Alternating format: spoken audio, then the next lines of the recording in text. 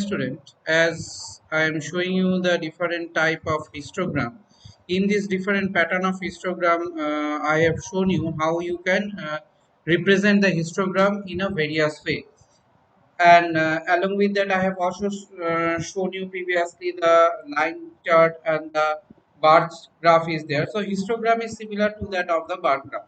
Okay, so when you are using this particular histogram, that means bar chart, what we majorly categorized, that there is the data has some level of associated with it. They are usually represent using the rectangular bar with the legends position of the values, and representing the histogram on the other hand are used to describe the distribution given a set what were distributed. So this is what we can say is where how you call the histogram. You will call the histogram with the help of a particular thing that is called a hist function. So let us first do the first program on the histogram means continuation program, first program for today's. So this is the first program for today's. There you can see here that I have designed one histogram here. So what is that? Import math plot lib dot py plot as plt. Import numpy as np. Y equals to np random dot rand 1000. Okay, now what I have said, that one only, if you recall it is previous as per the bar graphs, there are some similarities, you can find it. So plot hist y comma 25, age color is red, age color means size color, interval 25 means the interval will be 25. Now how to do this particular, how you will going to design this particular graph in your paper. So your diagram that you will going to draw in your paper in this particular format. Okay. So what it has been said that you give an interval of 25. So interval of 25 you see here the interval has been taken as per its calculation process.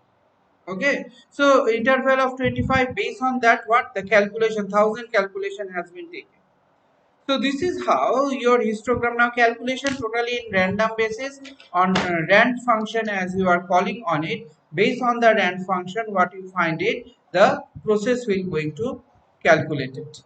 Okay, so as this particular process is calculated based on this rand function, you will going to have that this particular organization of the data can be organized in your format or pattern. That means again I will going to say you here you are not going to do any calculation. You are giving the highest range. What is the highest range? 0 to 1000. Okay, so based on that it will going to do the calculations. Now see here 10, 20, 30, 40, 60, 80 and 100. So how this has been calculated? This has been calculated based on this particular scenario. Okay, so based on this particular scenario they has calculated it. That means when you take your graph box, in your graph box what you do, you will not find that there are the all the lines and all the boxes are available. Then you have to arrange them in a higher sequence. So this is the higher sequence has been arranged for it.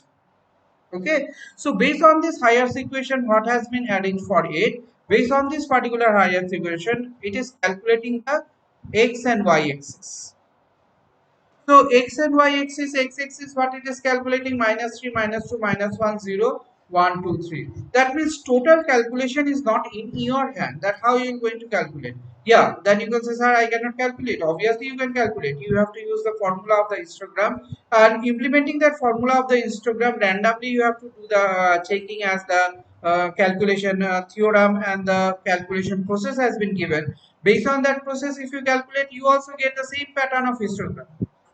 Okay, so it is not any confusion that will be arised here, that you are not going to get a same pattern of histogram here. You are going to get a same pattern of histogram.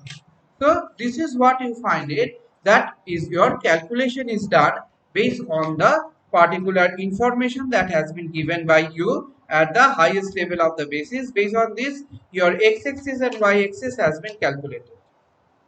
Okay, So this is how you can design the histogram. One thing I need